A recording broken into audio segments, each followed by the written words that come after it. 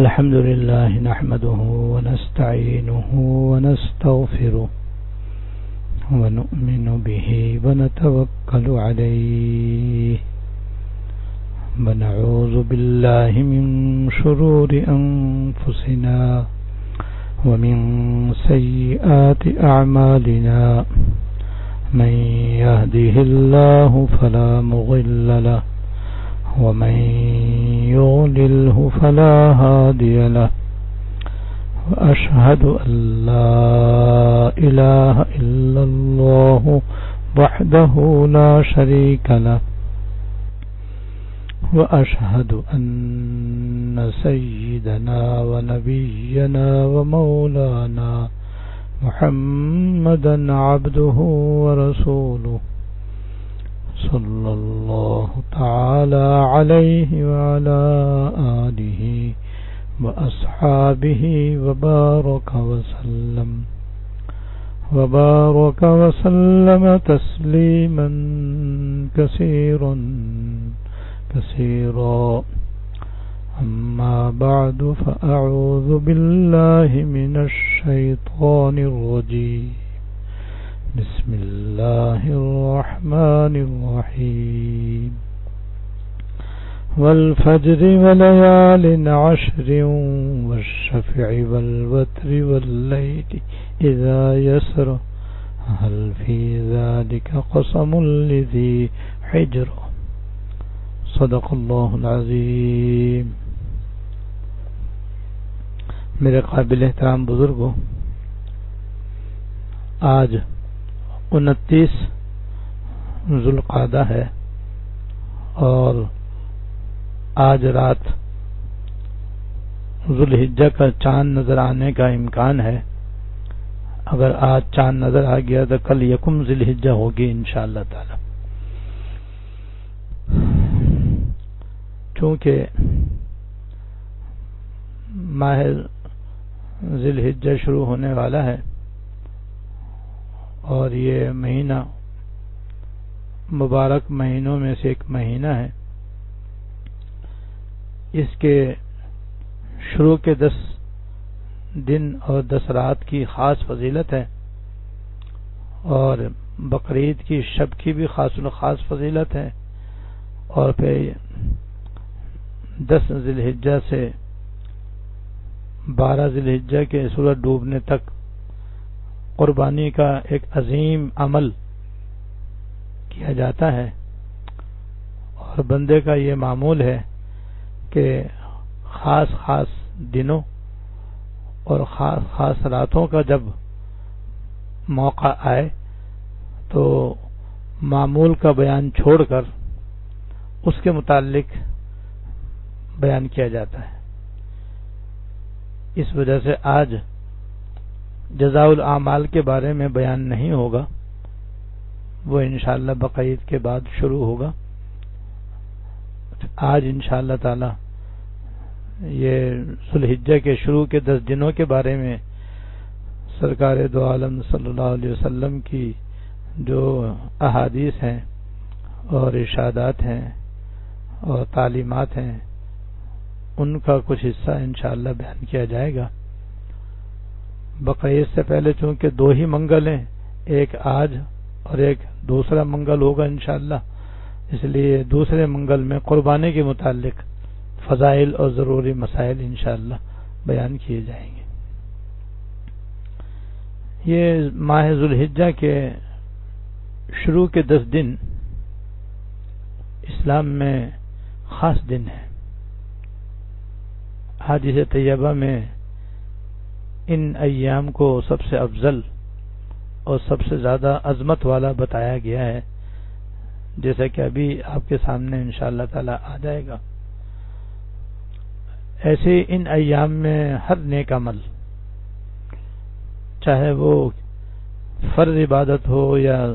مسنون عبادت ہو یا نفل عبادت ہو، ایسے ذکر اللہ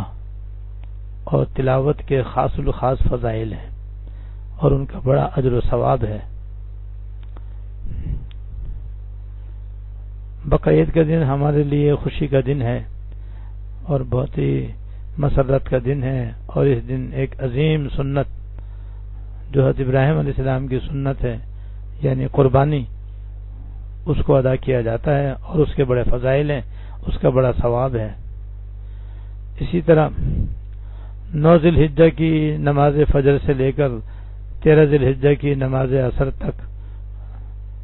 تکبیر تشریق کہی جاتی ہے، جس کا کہنا ہر مسلمان عاقل بالغ مرد عورت پر واجب ہے۔ وہ بھی ایک واجب عمل ہے جس کو ہمیں توجہ دھیان سے ادا کرنا ہے۔ آج انشاءاللہ تعالی ذی الحجہ کے شروع کے 10 دن اور 10 دن راتوں اور شب بقرعید کی فضیلت بتلائی جائے گی اور تکبیر تشریق کے ضروری مسائل بیان کیے جائیں گے انشاءاللہ تعالی، اور آئندہ منگل کو انشاءاللہ قربانی کے فضائل اور مسائل بیان کیے جائیں گے۔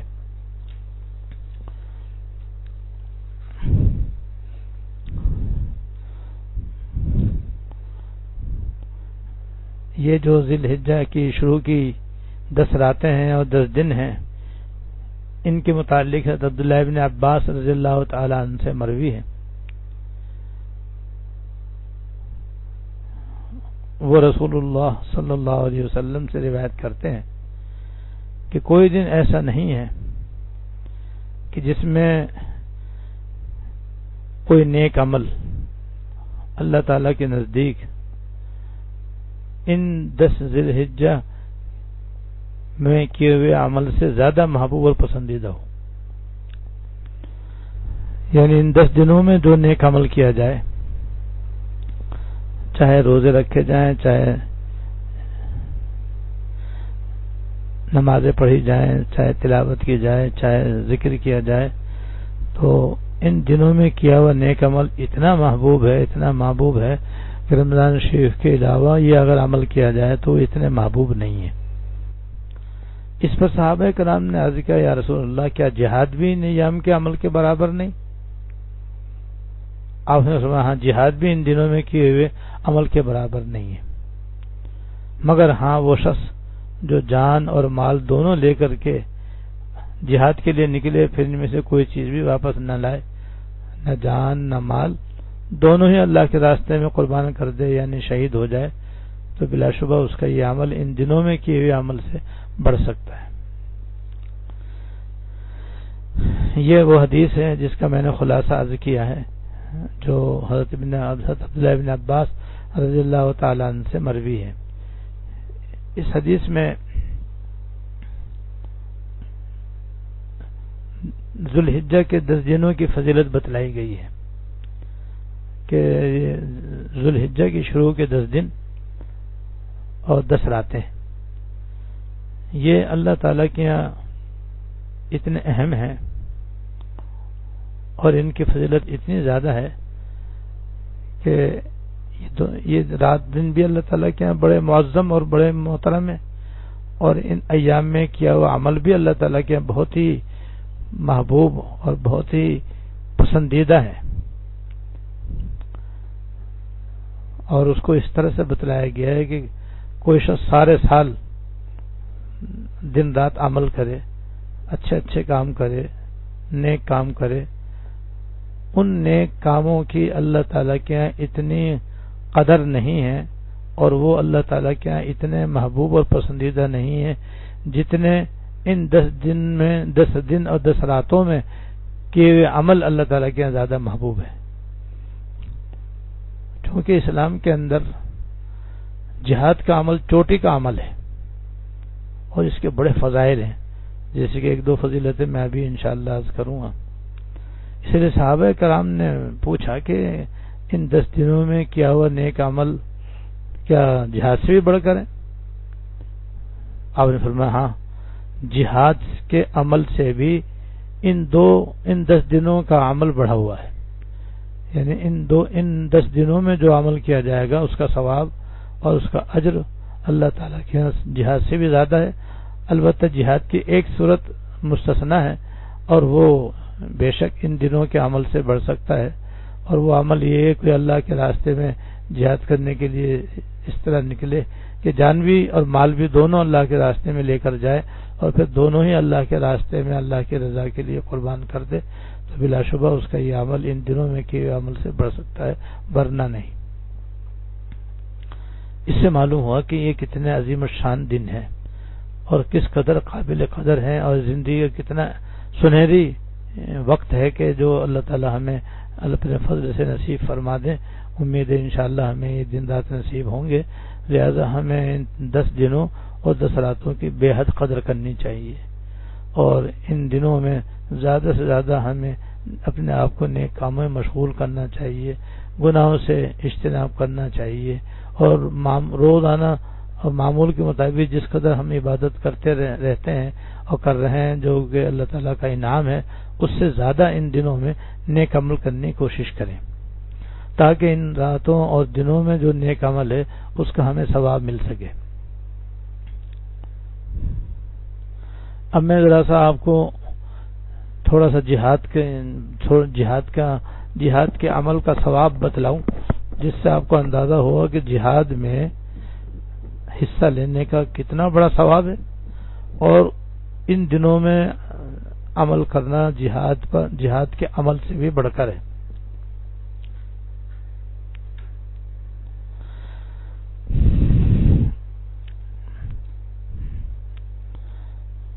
ایک روایت ہے جو حضرت عثمان بن عفان رضی اللہ تعالیٰ عنہ سے مروی ہے، وہ فرماتے ہیں کہ فرمایا رسول اللہ صلی اللہ علیہ وسلم نے کہ اللہ کے راستے میں ایک رات نگرانی کرنا، یعنی جہاد میں ایک رات نگرانی کرنا، اس کا ثواب 1000 راتوں کی عبادت سے افضل ہے۔ 1000 راتوں کی عبادت سے افضل ہے، جس میں رات کو عبادت کی جائے اور دن میں روزہ رکھا جائے، یعنی 1000 روزوں اور 1000 راتوں کی عبادت سے صرف ایک رات اللہ کے راستے میں یعنی جہاد میں مجاہدین کی نگرانی کرنا یا حدود اسلام کی حفاظت کرنے کا ثواب ہے۔ اتنا بڑا اس کا ثواب ہے۔ اس میں تو رات کا ذکر ہے، دوسری روایت میں دن کا بھی ذکر ہے۔ وہ جابر رضی اللہ تعالیٰ عنہ سے مروی ہے کہ رسول اللہ صلی اللہ علیہ وسلم سے یہ فرماتے ہوئے میں نے سنا کہ جو ایک دن اللہ کے راستے میں نگرانی کرے تو اللہ تعالیٰ اس کے اور جہنم کے درمیان 7 خندقیں حائل فرما دیتے ہیں، اور ان میں سے ہر خندق اتنی لمبی چوڑی ہے جیسے 7 آسمان اور 7 زمینیں۔ تو ایک رات اللہ کے راستے میں یعنی جہاد میں حفاظت کرنا مجاہدین وغیرہ کی،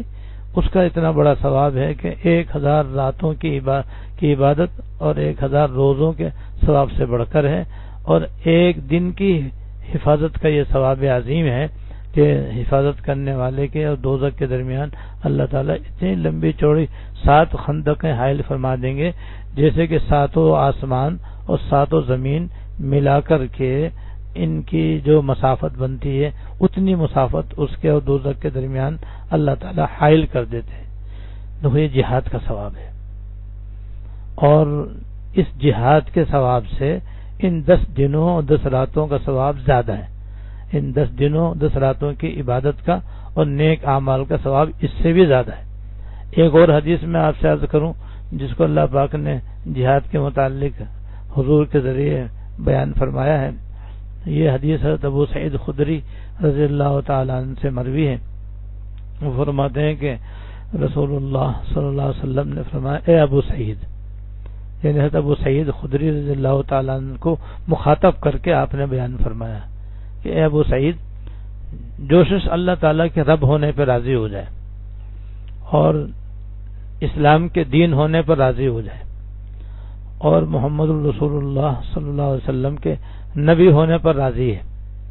ان 3 چیزوں پر راضی ہو جائے، اللہ تعالیٰ کے رب ہونے پر اور اسلام کے دین اور مذہب ہونے پر اور حضور کے نبی و پیغمبر ہونے پر، تو اللہ تعالیٰ اس کے جنت واجب کر دیتے ہیں، یعنی اللہ تعالیٰ اپنے فضل سے ضرور بھی ضرور اس کو جنت میں داخل فرمائیں گے۔ اب یہ عمل ظاہراً بہت چھوٹا سا ہے، لیکن فضیلت اتنی عظیم الشان ہے کہ اللہ تعالیٰ اپنے فضل سے اتنی سی بات پر اس کے لیے جنت لازم کر دیں گے اور واجب کر دیں گے. تو حضرت ابو سعید خدری رضی اللہ تعالیٰ عنہ کو یہ فضیلت سن کر بڑا تعجب ہوا, اور اس تعجب کے بعد انہوں نے کہا یا رسول اللہ ذرا یہ فضیلت دوبارہ ارشاد فرما دیجیے. تو آپ نے دوبارہ بھی یہ ارشاد فرما دیا کہ جو آدمی اللہ تعالیٰ کے رب ہونے پر راضی ہو اور اسلام کے دین و مذہب ہونے پر راضی ہو اور محمد رسول اللہ صلی اللہ علیہ وسلم کے نبی اور پیغمبر ہونے پر راضی ہو تو اللہ تعالیٰ اس کے لیے جنت واجب کر دیتے ہیں.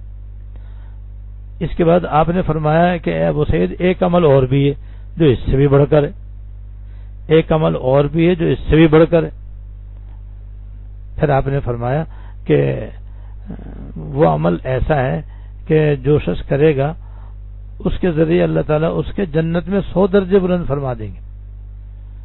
جنت میں اس کے 100 درجے بلند کر دیں گے. اور ہر 2 درجوں کے درمیان اتنا فاصلہ ہے جیسے کہ آسمان اور زمین کے درمیان فاصلہ ہے. اور آپ سب کو معلوم ہے کہ آسمان اور زمین کے درمیان 500 سال کی مسافت ہے, 500 سال کی مسافت کا فاصلہ ہے. تو وہ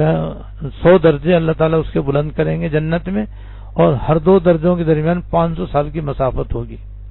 انہوں نے کہا یا رسول اللہ وہ عمل کون سا ہے؟ فرمایا اللہ کے راستے میں جہاد کرنا, اللہ کے راستے میں جہاد کرنا. تو جو آدمی اللہ تعالیٰ کے راستے میں جہاد کرتا ہے تو اس حدیث کے روح سے اللہ تعالیٰ جنت میں اس کے 100 درجے بلند کریں گے, اور ہر 2 درجوں کے درمیان 500 سال کی مسافت ہوگی. اندازہ لگاؤ کتنا اس کا درجہ اللہ تعالیٰ جنت میں بلند فرماتے ہیں. اور یہ فضیلت ہے جہاد کرنے کی. اور یہاں اس حدیث میں یہ عشرہ ذی الحجہ کے بارے میں حدیث میں فرمایا جا رہا ہے کہ جہاد کے عمل سے بھی ان دنوں میں کیا ہوا نیک عمل زیادہ ہے. جب زیادہ ہے تو اندازہ کرو کتنی بڑی فضیلت ہے کہ ان دنوں میں اگر کوئی نیک عمل کرے گا, رات کو جائے گا, دن کو روزے رکھے گا, نوافل پڑھے گا, تلاوت کرے گا, صلہ رحمی کرے گا, صدقہ خیرات کرے گا, سخاوت کرے گا, دوسرے کام آئے گا, یہ سب نیک کام ہے, اور گناہوں سے اپنے آپ کو بچائے گا, تو جہاد کے جو فضائل میں نے بیان کیے اس سے زیادہ ان دنوں میں کیے ہوئے نیک عمل کا ثواب پائے گا. اس لیے ہم سب کو چاہیے کہ بھئی یہ جو آنے والے 10 دن ہیں, جو ہو سکتا ہے آج چاند نظر آ جائے تو مغرب کے بعد ہی سے یہ مبارک رات و مبارک دن شروع ہو جائیں, ورنہ کل سے پرسوں سے شروع ہو ہی جائیں گے انشاءاللہ تعالی. اللہ تعالی ہمیں نصیب فرمائے ان راتوں اور دنوں کی قدر کریں, اس لیے کہ زندگی کا کوئی بھروسہ نہیں, معلوم نہیں آئندہ ہمیں یہ مبارک دن رات نصیب ہوں یا نہ ہو, اور اس سے پہلے ہی ہمارا انتقال ہو جائے. جیسے کہ ہمارے بہت سے احباب جو پچھلے سال ان ایام کے اندر زندہ تھے اور ہمارے ساتھ تھے, کھاتے بھی تھے, پیتے بھی تھے اور نیک کام بھی کرتے تھے, لیکن آج ان کا انتقال ہو چکا ہے. آج اس عشرہ ذی الحجہ سے پہلے وہ دنیا سے رخصت ہو چکے ہیں, جس کی وجہ سے وہ ان دنوں کی عبادت نہیں کر سکتے. تو اللہ تعالیٰ نے ہمیں موقع دیا ہے, امید ہے انشاءاللہ تعالیٰ ہمیں یہ دن رات نصیب ہونے والے ہیں, لہذا ہمیں ان راتوں اور دنوں کی بے حد قدر کرنی چاہیے. غفلت, سستی, لاپرواہی سے بے حد بچنا چاہیے. بالخصوص ان دنوں میں گناہوں سے بہت ہی زیادہ بچنا چاہیے, اس لیے کہ جو مبارک دن رات ہوتے ہیں جیسے اس میں عبادت کا بڑا ثواب ہوتا ہے, ایسے گناہ کرنے کا وبال اور عذاب بھی سخت ہوتا ہے. جیسے رمضان شریف کا مہینہ ہے, کہ رمضان شریف کا مہینہ بڑی برکتوں, رحمتوں اور مغفرتوں کا مہینہ ہے, اس لیے وہاں پر نفل کا ثواب فرض کے برابر, فرض کا ثواب 70 فرضوں کے برابر, اور مومن کی دعا قبول ہوتی ہے. بڑے فضائل جو آپ سن چکے ہیں اور پڑھ چکے ہیں انشاءاللہ تعالی. ایسے رمضان شریف میں گناہ کرنے کا وبال بھی بہت سخت ہے. یہ دوسری مثال, جیسے خانہ کعبہ میں ایک نیکی کا ثواب 1 لاکھ کے برابر ہے, یعنی 1 لاکھ گناہ وہاں پر ثواب ملتا ہے. تو جیسے نیکی کا ثواب 1 لاکھ گناہ ہے, تو وہاں پر خدا نہ خواستہ کوئی گناہ کرے تو اس کا وبال بھی بہت زیادہ ہے. اس لیے میں عرض کر رہا ہوں کہ یہ جو مبارک دن رات شروع ہونے والے ہیں, اس میں جہاں آدمی زیادہ سے زیادہ عبادت کرے وہاں گناہوں سے بھی زیادہ سے زیادہ بچنے کا اہتمام کرے. بلکہ ہماری جو خاص بیماری ہے, یعنی روحانی بیماری, دینی اعتبار سے جو ہماری بیماری ہے، جس کے وبال میں ہم اس وقت گرفتار ہیں اور پوری دنیا تو اس میں مبتلا ہے، یعنی کورونا وائرس کے وبا میں مبتلا ہے، وہ ہمارے گناہوں کا وبال ہے۔ ہم الحمدللہ اتنا تو ہے کہ ہم میں سے جو لوگ نیک نمازی ہیں اور روزے دار ہیں، خواتین حضرات ماشاءاللہ کافی تعداد میں ایسے ہیں جو نیک اعمال میں مشغول رہتے ہیں، لیکن گناہ چھوڑنے کی طرف بہت کم کو توجہ ہوتی۔ تو جو سب سے زیادہ خطرناک چیز ہے وہ ہے گناہوں کا ارتکاب، لہذا ان کو دور کرنے کی ضرورت ہے، ان پر دھیان اور توجہ دینے کی ضرورت ہے کہ ہم زیادہ سے زیادہ گناہ چھوڑنے والے ہو جائیں اور جو ہو گئے ان سے سچی توبہ کرنے والے بن جائیں، تو ایک طرف گناہوں سے توبہ ہو جائے اور آئندہ گناہوں سے بچنے کا اہتمام ہو جائے، اور پھر ساتھ ساتھ کچھ مزید عبادتوں کا اہتمام ہو جائے، تو انشاءاللہ ان 10 دنوں اور 10 راتوں کی فضیلت حاصل کرنا نہایت آسان ہے۔ اللہ تعالیٰ توفیق عطا فرمائے۔ اب ان 10 دنوں میں ہمیں کیا کرنا ہے؟ تو ایک تو ہے روزانہ کے معمولات، یعنی روزانہ کے کام جو عبادت ہیں، جیسے روزانہ ہم 5 نمازیں پڑھتے ہیں اور 5 نمازوں کے لیے وضو کرتے ہیں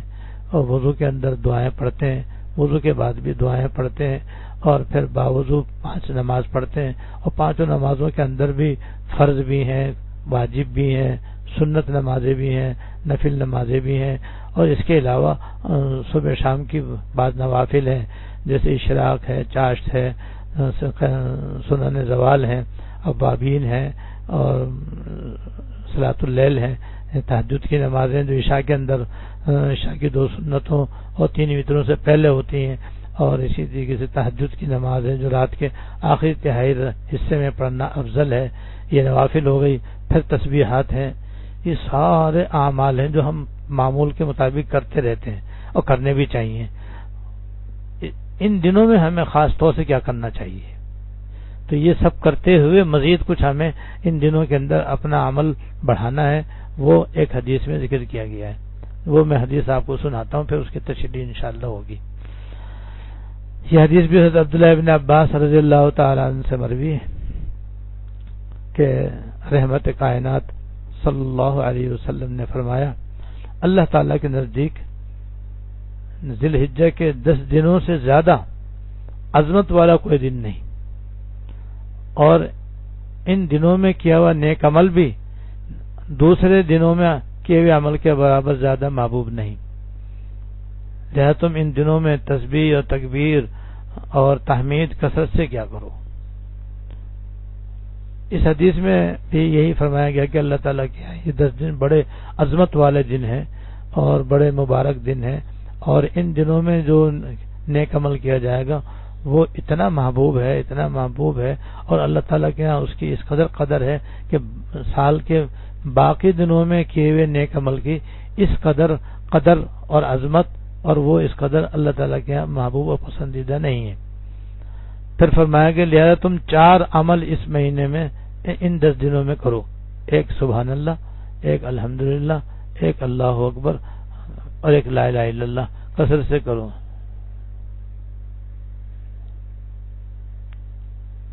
تو 4 تسبیح ان دنوں میں کرنے کی اس حدیث میں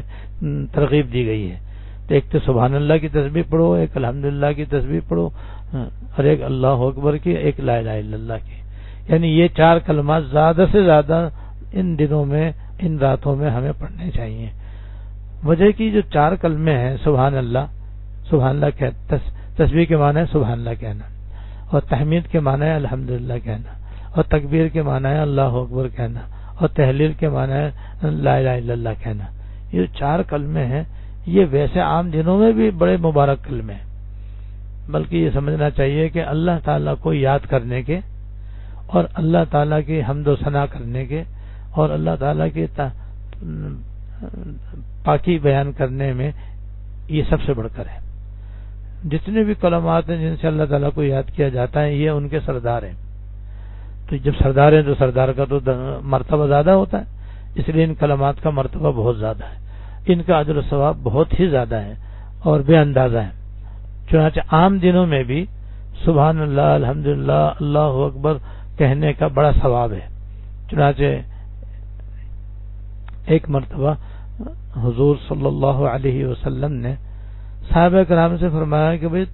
کیا تم میں کوئی ایسا شخص ہے جو روزانہ احد پہاڑ کے برابر عمل کر لیا کرے؟ اب ظاہر ہے احد پہاڑ مدینہ منورہ کے پہاڑوں میں سب سے بڑا پہاڑ ہے اور حضور کے پسندیدہ پہاڑوں میں سے ہے، اور پہاڑ تو پہاڑ ہی ہوتا ہے، اس کے برابر کسی کا نیک عمل ظاہراً ہونا مشکل ہے۔ اس لیے صحابہ کرام نے عرض کیا یا رسول اللہ ہم میں سے کون اتنی طاقت رکھتا ہے کہ روزانہ احد پہاڑ کے برابر نیک عمل کرے؟ آپ نے فرمایا ہر شخص تم میں سے طاقت رکھتا ہے، تم میں سے ہر ایک میں اس عمل کے کرنے کی طاقت موجود ہے۔ تو صحابہ کرام نے عرض کیا حضور اس کی کیا صورت ہو سکتی ہے؟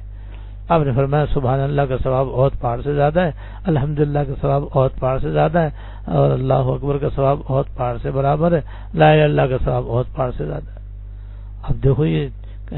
پڑھنے کو تو یہ کلمے نہایت ہی ہلکے پھلکے ہیں، نہایت ہی آسان ہے، لیکن بس اللہ تعالیٰ کی مہربانی ہے اور اللہ تعالیٰ کا فضل ہے کہ انہوں نے ان 4 کلمات کے کہنے میں اتنا بڑا ثواب رکھ دیا کہ جو بھی اخلاص سے یہ 4 کلمے کہے گا انشاءاللہ تعالیٰ ہر کلمے کے بدلے اللہ تعالیٰ اس کو احد پہاڑ کے برابر ثواب عطا فرما دیں گے، بلکہ احد پہاڑ کے ثواب سے بھی زیادہ، اس لیے کہ احد پہاڑ اس کیا اللہ کے نام کے کیا ہے؟ کچھ بھی نہیں، اللہ تعالیٰ کے نام کے آگے تو 7 آسمان 7 زمین بھی کچھ نہیں ہے۔ لہذا یہ تو ہمارے سمجھانے کے لیے حضور نے یہ مثال دی ہے، ورنہ حقیقت میں یہ کہ یہ کلمات تو چونکہ اللہ تعالیٰ کی حمد و ثنا کے ہیں، لہذا یہ تو ہر حال میں ہر ماسو اللہ سے بڑھ کر ہیں یہ کلمے، اور ان کا ثواب بلا شبہ احد پہاڑ سے بھی زیادہ ہے۔ لہذا جب یہ عام دنوں میں یہ ثواب ہے تو ان دنوں میں ان کا کتنا زیادہ ثواب ہوگا۔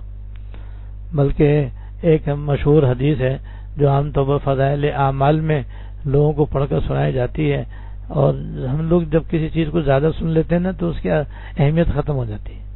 ورنہ حقیقت میں غور کرو تو اس کے اندر اس کی بڑی اہمیت ہے اور اس کے اندر بڑا ہی اجر و ثواب ہے۔ اور وہ یہ کہ آپ نے فرمایا کہ تم سبحان اللہ 100 دفعہ پڑھا کرو، اس کا ثواب ایسا ہے جیسے تم نے 100 عربی غلام آزاد کی۔ اور ایک غلام آزاد کرنے کی دیگر احادیث میں یہ فضیلت ہے کہ اگر کوئی اللہ تعالیٰ کی رضا کے لیے غلام آزاد کرے تو آزاد کرنے والے کا جسم کا ایک ایک عضو اس غلام کے ایک ایک عضو سے کے بدلے میں 2 سے آزاد ہو جاتا ہے۔ یہ ایک غلام آزاد کرنے کا ثواب ہے، اور یہاں 100 دفعہ سبحان اللہ کہنے پر 100 عربی غلام آزاد کرنے کا ثواب ہے۔ تو اگر ہم نے ہر نماز کے بعد ایک تسبیح پڑھی تو 500 غلام ہو جائیں گے روزانہ، 500 مرتبہ سبحان اللہ ہو جائے گا تو 500 غلام آزاد کرنے کے برابر ثواب ہو جائے گا، جو بہت بڑا ثواب ہے۔ اور اب تو وہی غلام باندیوں کا زمانہ ہی نہیں ہے، جب زمانہ نہیں ہے تو ہم تو غلام باندیاں آزاد کر ہی نہیں سکتے، لیکن سبحان اللہ کہہ سکتے ہیں۔ جب کہہ سکتے ہیں تو ہم سب کو چاہیے کہ بس آج ہی سے ہر نماز کے بعد 5 تسبیح سبحان اللہ کی پڑھنا شروع کر دیں تو انشاءاللہ تعالی یہ ثواب عظیم ہم کو ملے گا، بلکہ اس سے بڑھ کر ملے گا، کیونکہ ان دنوں میں سبحان اللہ کا ثواب اور دنوں کے مقابلے میں زیادہ ہے۔ تو یہ حدیث ہے کہ جس نے 100 مرتبہ الحمدللہ پڑھا کرو اس کا ثواب ایسا ہے جیسے تم نے 100 عربی غلام آزاد کیے، اور 100 مرتبہ الحمدللہ کہا کرو اس کا ثواب ایسا ہے جیسے تم نے 100 گھوڑے مع ساز و سامان کے جہاد کرنے کے لیے اللہ کے راستے میں دے دی۔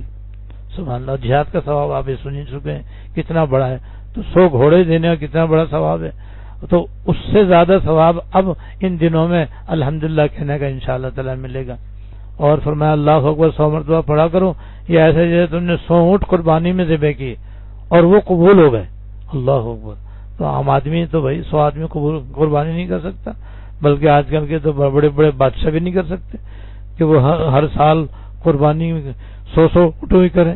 یہ کوئی آسان نہیں ہے، لیکن 100 مرتبہ اللہ اکبر کہنا سب کے لیے آسان ہے، اور ان دنوں میں اس سے بھی زیادہ انشاءاللہ تعالی ثواب ملے گا۔ اور فرمایا اللہ 100 مرتبہ لا الہ الا اللہ پڑھا کرو، اس کا ثواب تو تمام آسمان و زمین کے درمیان والے خلا کو بھر دیتا ہے، اس سے بڑھ کر کسی کا کوئی عمل نہیں جو مقبول ہو۔ تو دیکھو 100 مرتبہ لا الہ الا اللہ کہنے کا اتنا بڑا ثواب ہے کہ اس کے برابر کسی عمل کا ثواب نہیں ہے۔ یہ فضیلت عام دنوں کی ہے، یہ ان 10 دنوں کی نہیں، عام دنوں میں یہ اگر ہم تسبیح پڑھیں گے تو انشاءاللہ تعالی یہ ثواب ملے گا۔ اس لیے عام دنوں میں بھی ہمیں کوشش کرنی چاہیے کہ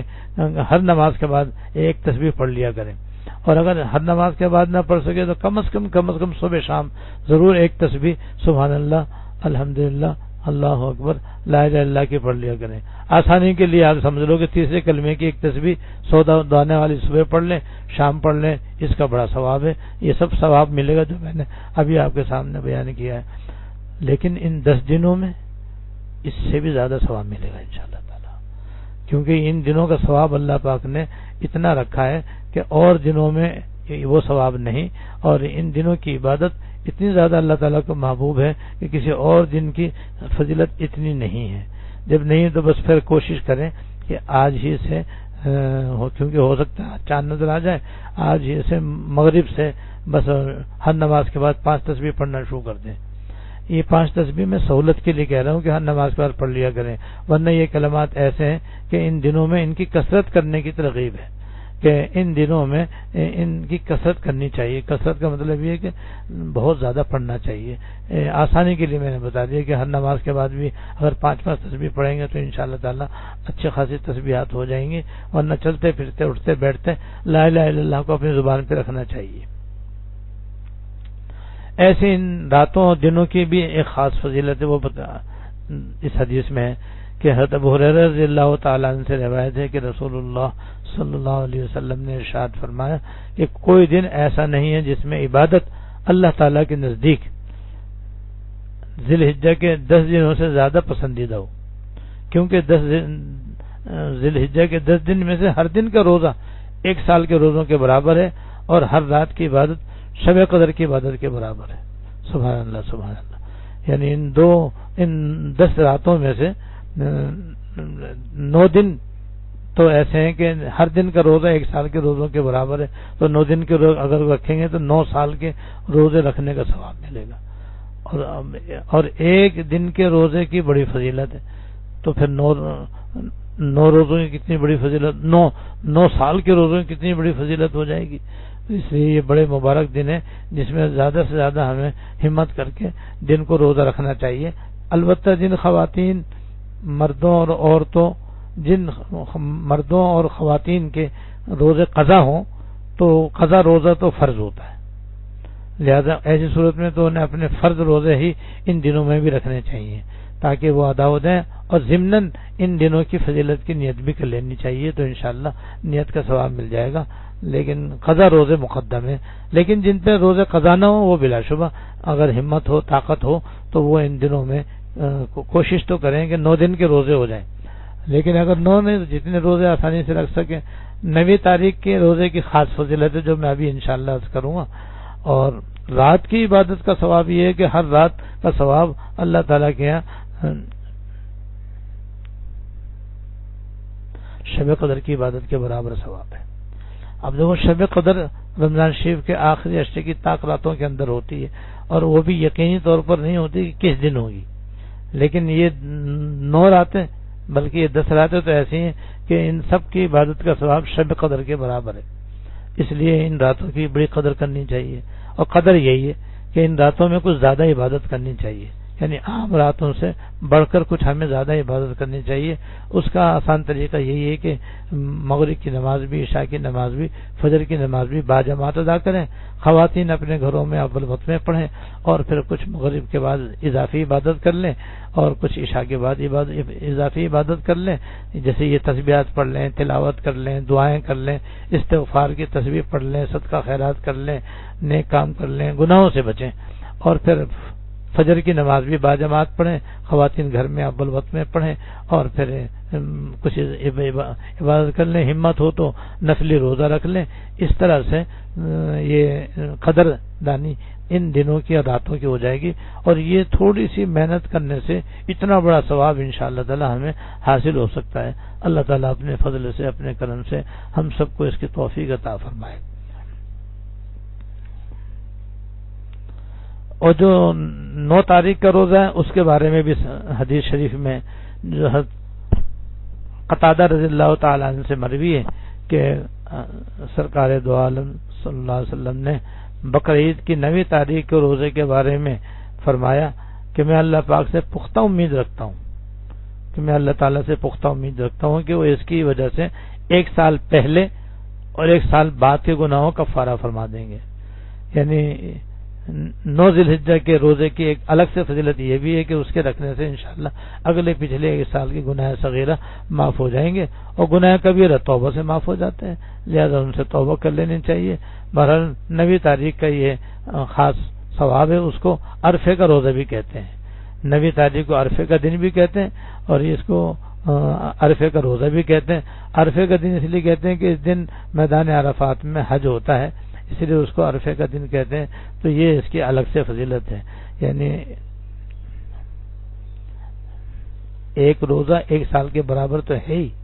لیکن ساتھ ساتھ اگلے پچھلے 1 سال کے گناہ صغیرہ بھی اس میں انشاءاللہ تعالی معاف ہو جائیں گے.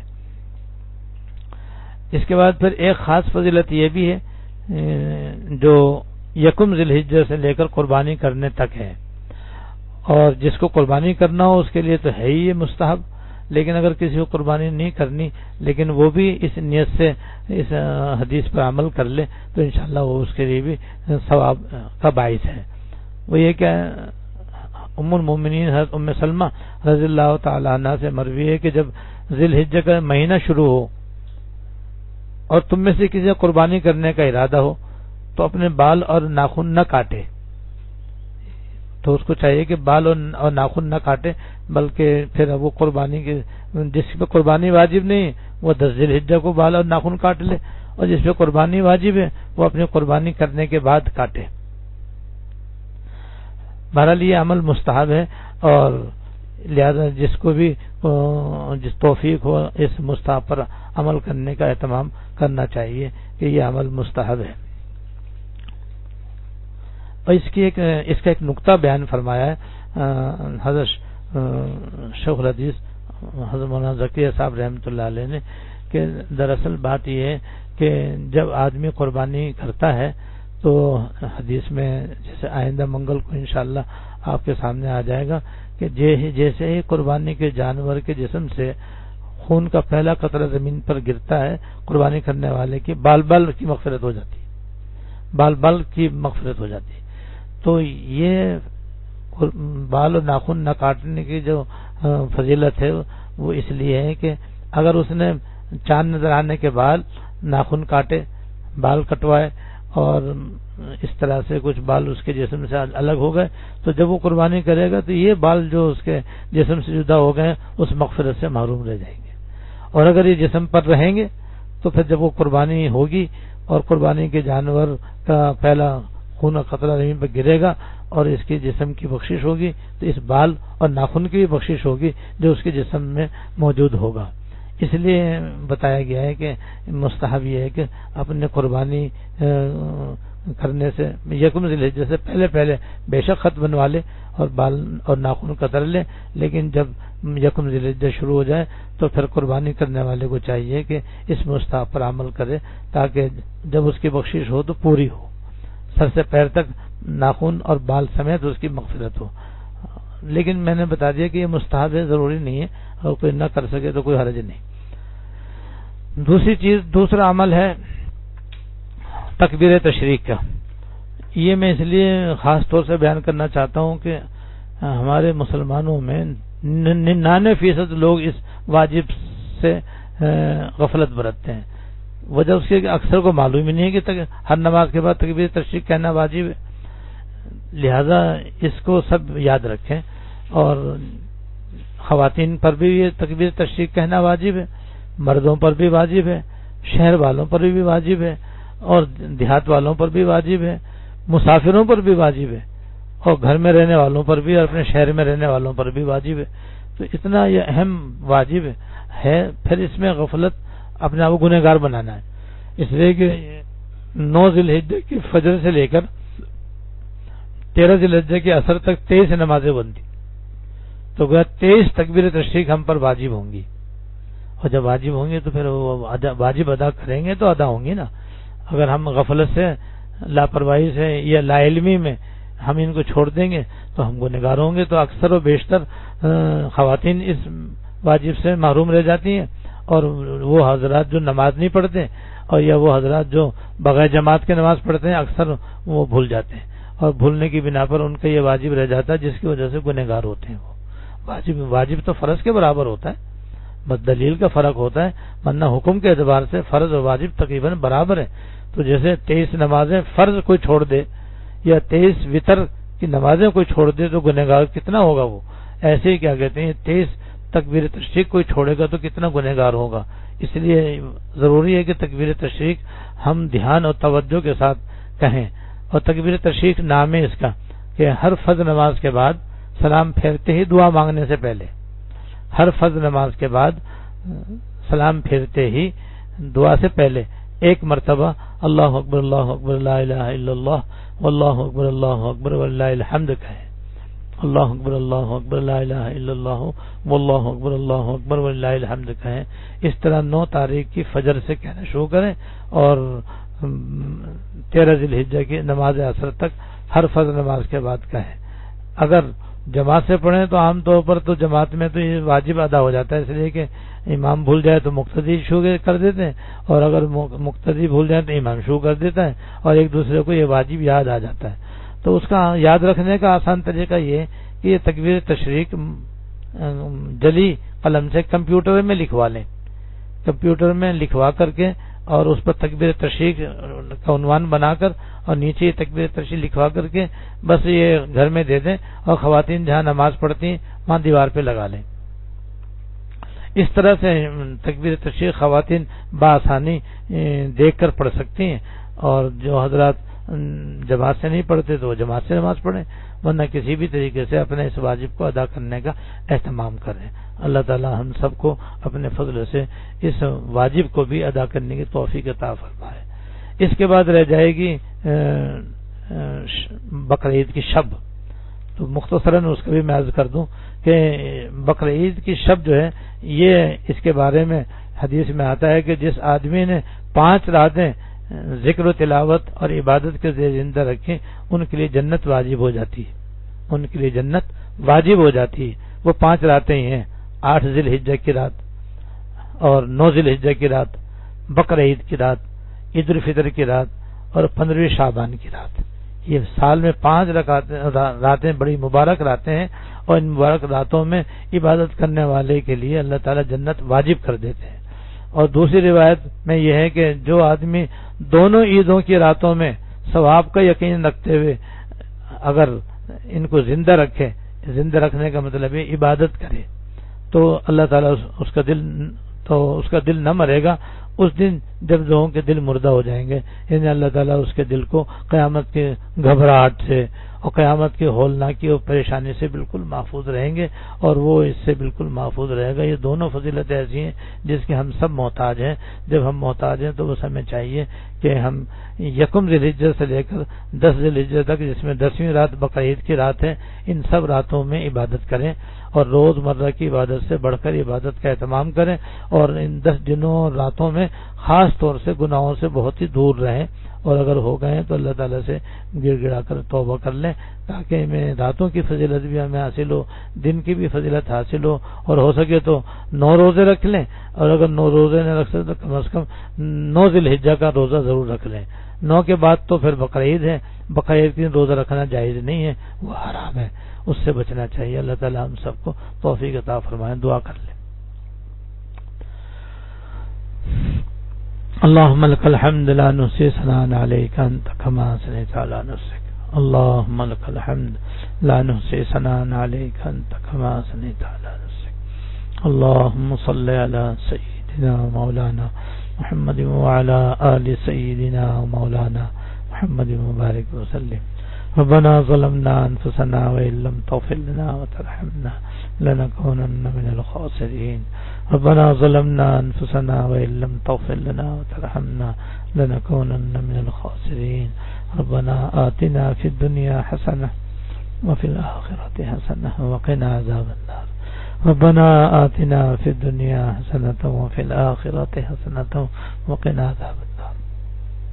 ربنا هب لنا من أزواجنا وذرياتنا قرة أعين واجعلنا للمتقين إماما، اللهم اغفر لنا وارحمنا، اللهم اغفر لنا وارحمنا وعافنا واعف عنا، اللهم وفقنا لما تحب وترضى، من القول والعمل والفعل والنیت والهدی انك على كل شيء قدیر یا ارحم الراحمین یا رب العالمین یا حی یا قیوم یا ذی الجلال والاکرام. یہ مبارک دن رات شروع ہونے والے ہیں، اپنی رحمت سے ہمیں نصیب فرما، اپنی رحمت سے ہمیں نصیب فرما. اور ان کے جو فضائل احادیث طیبہ کے اندر آئے ہیں جن کا مختصر سا ذکر ابھی ہوا ہے، یا اللہ ہمیں بھی ان راتوں دنوں کی دل و جان سے قدر کرنے کی توفیق عطا فرما. ان دنوں میں زیادہ سے زیادہ ہمیں اپنی عبادت اور طاعت کی توفیق عطا فرما، اور گناہوں سے بچنے کی توفیق عطا فرما، ہر نیک کام کرنے کی توفیق عطا فرما، ہر برائی سے بچنے کی توفیق عطا فرما،